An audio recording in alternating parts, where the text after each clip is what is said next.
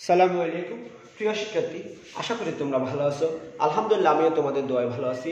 আজকে আমি একাদশ শ্রেণীর পদার্থবিজ্ঞান প্রথম পত্রের মহাকর্ষ ও অভিকর্ষ অধ্যায় অর্থাৎ ষষ্ঠ অধ্যায় থেকে একটি গুরুত্বপূর্ণ টপিকস নিয়ে আলোচনা করব। আমার আজকের আলোচনার প্রথম টপিকস হচ্ছে বিন্দু বা বিন্দুবস্তু যদি কোনো নিরেট গোলকের বাইরে কোনো বিন্দুতে অবস্থান করে সেই ক্ষেত্রে মহাকর্ষীয় বিভব ও প্রাবল্য নির্ণয়। দেখো, আমি এখানে ও কেন্দ্র বিশিষ্ট এবং ক্যাপিটাল আর ব্যাসার্ধ বিশিষ্ট একটি গোলক কল্পনা করছি। এই গোলকের বাইরে স্মল আর দূরত্বে অর্থাৎ কেন্দ্র থেকে স্মল আর দূরত্বে একটি বিন্দু পি নিলাম। এই পি বিন্দুতে মহাকর্ষীয় বিভব এবং মহাকর্ষীয় প্রাবল্য নির্ণয় করব। দেখো, আমি গোলকের ভিতরে স্মল এক্স ব্যাসার্ধের এবং স্মল এক্স প্লাস ডিএক্স ব্যাসার্ধের দুটি সমকেন্দ্রিক গোলক কল্পনা করলাম। এই গোলকদ্বয় নিরেট গোলকের ভিতরে একটি গোলকীয় গোলক আকারে অবস্থান করবে। আমি আবার বলতেছি শুরু থেকে, আমি ও কেন্দ্র বিশিষ্ট এবং ক্যাপিটাল আর ব্যাসার্ধ বিশিষ্ট ক্যাপিটাল এম বরের একটি গোলক কল্পনা করলাম। এই গোলকটি একটি নিরেট গোলক। এই গোলকের ঘনত্ব হচ্ছে রো। এই গোলকের ঘনত্ব হচ্ছে কি রো।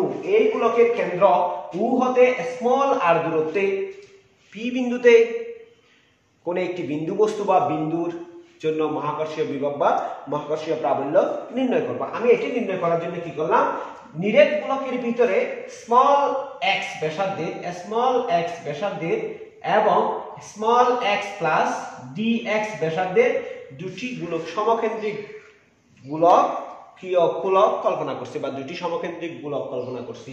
এই গোলকদ্বয় একটি খোলক আকারে অবস্থান করবে, একটি গোলকীয় খোলক আকারে কি করবে, অবস্থান করবে। এই গোলকীয় খোলকের জন্য আমি প্রথমে পি বিন্দুতে বিভব নির্ণয় করব।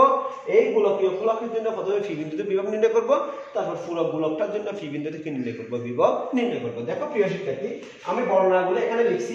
আমি এখান থেকে লিখতে পারি, দেখো, ও কেন্দ্র বিশিষ্ট নিরেট গোলকের ব্যাসার্ধ আর, ভর ক্যাপিটাল এম, ঘনত্ব রো, গোলকের কেন্দ্র স্মল আর দূরত্বে বাইরের কোন একটি বিন্দু পি অর্থাৎ ও পি সমান আর, পি বিন্দুতে মহাকর্ষীয় বিভব কি নির্ণয় করব, প্রাবল্য নির্ণয় করব। এই নিরেট গোলকের অভ্যন্তরে এক্স এবং এক্স প্লাস ডিএক্স ব্যাসার্ধের দুটি সমকেন্দ্রিক গোলক কল্পনা করি। এই গোলক দুইটি গোলকীয় গোলক আকারে কি করবে, অবস্থান করবে। এই গোলকীয় গোলকটির আয়তন হবে যেহেতু গোলকটির ব্যাসার্ধ অন্তঃব্যাসার্ধ x, সেহেতু গোলকটির ক্ষেত্রফল হবে 4 পাই x স্কয়ার। আয়তন হবে ক্ষেত্রফল ইনটু পুরুত্ব। ক্ষেত্রফল ইনটু কি পুরুত্ব। এখানে পুরুত্ব ছিল dx, পুরুত্ব ছিল কত, dx। তাহলে আয়তন হবে 4 পাই x স্কয়ার dx। তাহলে খোলকটির আয়তন 4 পাই x স্কয়ার dx এবং খোলকটির পুরুত্ব ছিল dx। দেখো, আমি ক্যাপিটাল আর ব্যাসার্ধ বিশিষ্ট গোলকটির আয়তন হবে 4/3 পাই ক্যাপিটাল আর কিউব এবং ঘনত্ব যদি রো হয়, ক্যাপিটাল আর ব্যাসার্ধ বিশিষ্ট অর্থাৎ টোটাল নিরেট গোলকটির ঘনত্ব যদি রো হয়, রো সমান আমরা জানি যে ভর বাই আয়তন, তাহলে আমরা লিখতে পারি ঘনত্ব সমান ভর বাই আয়তন। আয়তন ছিল 4/3 পাই আর ক্যাপিটাল আর কিউব। দেখো, এটাকে আমি 1 নম্বর সমীকরণ দ্বারা প্রকাশ করলাম। দেখো, এখন এই dx পুরুত্ব বিশিষ্ট গোলকের ভর যদি আমি dm কল্পনা করি, তাহলে আমরা লিখতে পারি যে dm সমান গোলকটির আয়তন গুণ গোলক মানে এখানে খোলকটির dx খোলকটির আয়তন গুণ গোলকটির ঘনত্ব। তাহলে আমরা এখানে লিখতে পারি নিরেট গোলকের ঘনত্ব ইনটু পাতলা গোলকের আয়তন। নিরেট গোলকের ঘনত্ব ছিল ক্যাপিটাল M বাই 4/3 পাই আর হোল কিউব এবং খোলকটির আয়তন ছিল 4 পাই x স্কয়ার dx। এখানে হিসাব নিকাশ করার পর টোটালি এখান থেকে আমরা পাবো bm সমান 3 capital M by capital R cube x square dx। আমি এটাকে 2 নম্বর সমীকরণ দ্বারা প্রকাশ করলাম। এই dm বল বিশিষ্ট খোলকটির জন্য পি বিন্দুতে বিভব নির্ণয় করব। dm বল বিশিষ্ট খোলকটির জন্য পি বিন্দুতে বিভব হবে db সমান আমরা লিখতে পারি - g dm বাই r। আমরা জানি যে বিভব সমান মহাকর্ষীয় বিভব সমান g ক্যাপিটাল G অথবা মহাকর্ষীয় ধ্রুবক ইনটু ভর বাই ব্যাসার্ধ, মহাকর্ষীয় ধ্রুবক ইনটু ভর বাই দূরত্ব। তাহলে এখানে মহাকর্ষীয় ধ্রুবক g এবং ভর ছিল dm, দূরত্ব ছিল r। এখন dm এর মান যদি আমি এখানে বসাই দিই -g/r 3 capital m by r whole cube x square dx। হিসাব নিকাশ করার পর আমরা dv সমান পাবো -3 capital G capital M by r small r capital R whole cube x square dx। আশা করি প্রিয় শিক্ষার্থী তোমরা বুঝতে পারছো। এইটা ছিল এই dx গোলকের জন্য dx গোলকের জন্য ফি বিন্দুতে বিভব। আমরা এখন এই dx গোলক দেখো এই গোলকটার কেন্দ্র ছিল ও বিন্দুতে যেখানে ব্যাসার্ধ বা দূরত্ব ছিল 0 আর এই পুরো গোলকটার ব্যাসার্ধ ছিল ক্যাপিটাল R। তাহলে এই 0 থেকে x সমান 0 থেকে ক্যাপিটাল R সীমার মধ্যে যদি আমরা এই সমীকরণকে সমাকলন করি তাহলে টোটাল গোলকটির জন্য ফি বিন্দুতে কি পাবো? বিভব পাবো। তাহলে আমরা 3 নং সমীকরণকে x সমান 0 এবং x সমান r সীমার মধ্যে যদি সমাকলন করি তাহলে সম্পূর্ণ নিরেট গোলকটির জন্য ফি বিন্দুতে কি পাবো? বিভব পাবো। দেখো এখানে তাহলে আমার 3 নম্বর সমীকরণ ছিল dv ইকুয়াল 3 নম্বর সমীকরণ ছিল dv equal -3gm by small r capital R cube x square dx। এটাই ছিল আমার 3 নম্বর সমীকরণ। এটাকে যদি আমি ইন্টিগ্রেশন করি উভয় পক্ষে ইন্টিগ্রেশন dv সমান ইন্টিগ্রেশন 0 টু r -3mg বা 3gm by small r capital R cube x square dx। দেখো আমি এটাকে তাহলে লিখতে পারি যেহেতু এখানে g 3gm by small r capital R cube ধ্রুবরাশি বের করে দিলাম integration 0 to r x square dx। দেখো x স্কয়ার কে ইন্টিগ্রেশন করলে আমরা পাবো x cube by 3 x cube by কত 3 x স্কয়ার কে ইন্টিগ্রেশন করলে আমরা পাবো x কিউব বাই 3। তাহলে আমরা এখানে সীমাগুলি যদি বা মানগুলি যদি বসাই 0 বসালে কোনো মান পাবো না, এইজন্য আর বসালাম শুধু ক্যাপিটাল R কিউব বাই 3। এখানে কাটাকাটি দিলাম এই r কিউব চলে গেল, বাকি থাকবে -gm বাই r। তাহলে b সমান -gm বাই r। এটাই হচ্ছে কোন নিরেট গোলকে বাইরের কোন বিন্দুতে বা r কেন্দ্র হতে r দূরত্বের বাইরের কোন বিন্দুতে মহাকর্ষীয় বিভবের মান তাহলে আমরা পাচ্ছি কি b সমান -gm বাই r। আশা করি প্রিয় শিক্ষার্থী তোমরা কিভাবে মহাকর্ষীয় বিভবের মান বের করবা পেয়ে গেছো। এখন আমরা প্রাবল্যে দেখব। আমরা জানি যে e সমান dv বাই dr। আমরা জানি কি e সমান dv বাই dr। এখানে b এর মান বসাই দেব। আমরা b এর মান পাইলাম -gm বাই r। দেখো -gm বাই r যদি আমি এখানে বসাই ddr -gm by r, gm ধ্রুবরাশি, তাহলে -gm কে আমি বের করে দিলাম ddr of 1 by r। 1 by r কে আমি যদি একটু সিস্টেমে লিখি তাহলে r ইনভার্স 1 লিখতে পারি। r ইনভার্স 1 কে ডিফারেন্সিয়েট করলে আমরা পাবো -1 r টু দি পাওয়ার -2 -1 এর প্লাস e সমান capital G capital M by r square. আশা করি প্রিয় শিক্ষার্থী তোমরা বিন্দু যখন কোন নিরেট গোলকের বাইরে অবস্থান করে সেই ক্ষেত্রে কিভাবে মহাকর্ষীয় বিভব এবং মহাকর্ষীয় প্রাবল্য নির্ণয় করতে করবা বুঝতে পারছো। আমরা এখন একটি সৃজনশীল প্রশ্নের সমাধান করার চেষ্টা করব।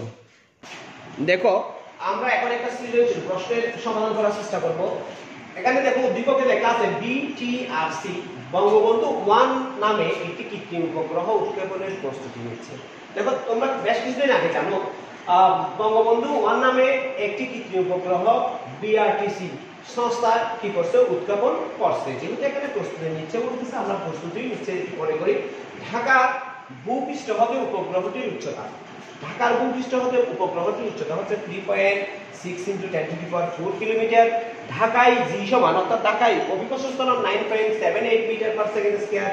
পৃথিবীর ব্যাসার্ধ দেয়া আছে 6.4 × 10⁶ মিটার এবং মহাকর্ষীয় ধ্রুবক জি সমান আমরা জানি 6.7 × 10⁻11 newton metre square per KG square. দেখো আমার প্রশ্ন হচ্ছে যে বঙ্গবন্ধু 1 উপগ্রহের ব্যাগ কত, অর্থাৎ বঙ্গবন্ধু 1 উপগ্রহের ব্যাগ নির্ণয় করতে বলছে। 2 নম্বর বা 6 নম্বর প্রশ্ন বলছে যে উদ্দীপকে বঙ্গবন্ধু 1 উপগ্রহটি ভূ-স্থির উপগ্রহ কিনা গাণিতিকভাবে কি করব? বিশ্লেষণ করব। দেখো আমরা প্রথম প্রশ্নটি অ্যানসার করার চেষ্টা করব। বঙ্গবন্ধু 1 উপগ্রহের ব্যাগ কত? দেখো আমরা জানি যে কৃত্রিম উপগ্রহের ব্যাগ v হবে v সমান square root of g capital M by r plus h। g capital M by r plus h এবং লিখি আমরা জানি v সমান square root of g capital M by r plus h। দেখো এখানে উপাদানগুলো আছে কিনা। ক্যাপিটাল G সমান 6.67 × 10⁻11 newton metre square per KG square. দেখো এই উচ্চতা দেয়া আছে ভূপৃষ্ঠ হতে কত উচ্চতা অবস্থান করতেছে 3.6 into 3.6 into 10 to the power 4 kilometre উচ্চতা অবস্থান করতেছে। আমরা জানি পৃথিবীর ব্যাসার্ধ r সমান এখানে দেয়া আছে 6.4 into 10 to the power 6 metre. 6 metre এটা বলছে কত 3.6 into 10 to the power 4 3.6 into 10 to the power 4 kilometre. এটাকে যদি আমরা মিটারে নিয়ে যাই তাহলে আমাদের হবে 3.6 into 10 to the power 7 metre.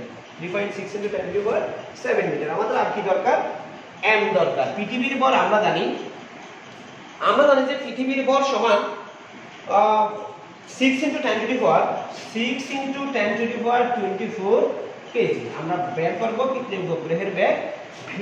দেখো আমরা এই মানগুলি যদি এখানে বসাই তাহলে আমরা পাবো g সমান আমরা পাবো 6.7 into 10 to the power -11 into capital m সমান হচ্ছে 6 ইনটু 10 টু দি পাওয়ার 24। আমি এখন করে বসাচ্ছি না। r সমান আমাদের আছে 6.4 into 10 to the power 6 plus h সমান আমরা পাবো 3.6 into 10 to the power 7। 6.4 into 10 to the power 6 6.4 into 10 to the power 6 plus 3.6 into 10 to the power 7। আমরা একটু ক্যালকুলেটর দিয়ে হিসাব নিকেশ করে দেখি কি আসে আমাদের। 6.7 into 10 inverse 11 6 into 10 to the power 24 divided প্রথম বন্ধনী 6.4 into 10 to the power 6 plus 3.6 into 10 to the power 7 প্রথম বন্ধনী শেষ সমান দিলাম।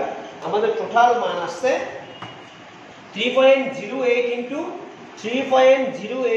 10 to the power 3 3.08 into 10 to the power 3 metre per second. আমি এককটা বসাই দিলাম কারণ আমরা জানি যে ব্যাগের একক কি মিটার পার সেকেন্ড। দেখো এখানে আমি এটাকে যদি কিলোমিটার নিয়ে যাই তাহলে 3.08 কিলোমিটার পার সেকেন্ড। অর্থাৎ কৃত্রিম উপগ্রহটির ব্যাগ হবে সেকেন্ডে 3.08 কিলোমিটার, সেকেন্ডে কত 3.08 কিলোমিটার। আশা করি প্রিয় শিক্ষার্থী তোমরা বুঝতে পারছো।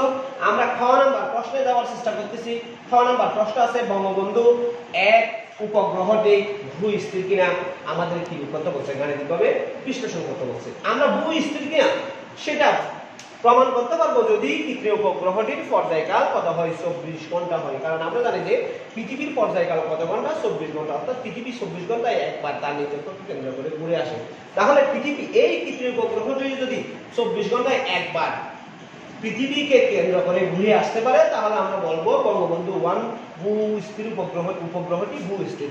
তাহলে আমরা এখানে খ নাম্বার সমাধান করার জন্য আমরা লিখব। দেখো খ নাম্বার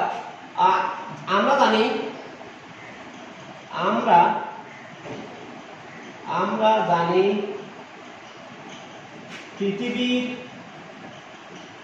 তার নিজকে চারিদিকে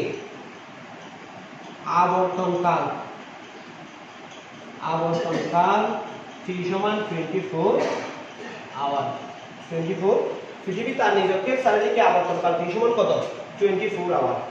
মনে করি বঙ্গবন্ধু 1 উপগ্রহের পর্যায়কাল বা আবর্তনকাল সমান t ফ্রেম। আমরা জানি t ফ্রেম সমান, আমি মানগুলি পরে বসাচ্ছি। t ফ্রেম সমান আমরা কি জানি, দেখো 2 pi square root of r plus h 2 pi square root of r plus h whole cube by gm। দেখো এখানে r লাগবে, h লাগবে, g লাগবে, m লাগবে, এগুলো সব আমাদের এখানে আছে। g সমান হচ্ছে 6.67 into 10 inverse 11 newton metre square per KG square.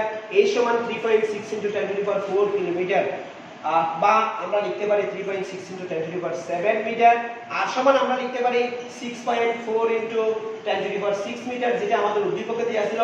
এবং পৃথিবীর ভর আমরা ধরে নিয়েছিলাম, বা আমরা জানি পৃথিবীর ভর সমান 6 into 10 to the power 24 KG. আমরা t প্রাইম সমান কত বের করব, এখানে মানগুলো বসাবো। t প্রাইমের মান, দেখো t প্রাইমের মানগুলো বসালে আমরা কত পাই। যদি t প্রাইমের মান 24 ঘন্টা হয় তাহলে আমরা বলবো কৃত্রিম উপগ্রহটি ভূস্থির। আর যদি 24 ঘন্টা না হয় তাহলে বলবো কৃত্রিম উপগ্রহটি কি নয়, ভূস্থির নয়। তাহলে আমরা মানগুলি বসাই।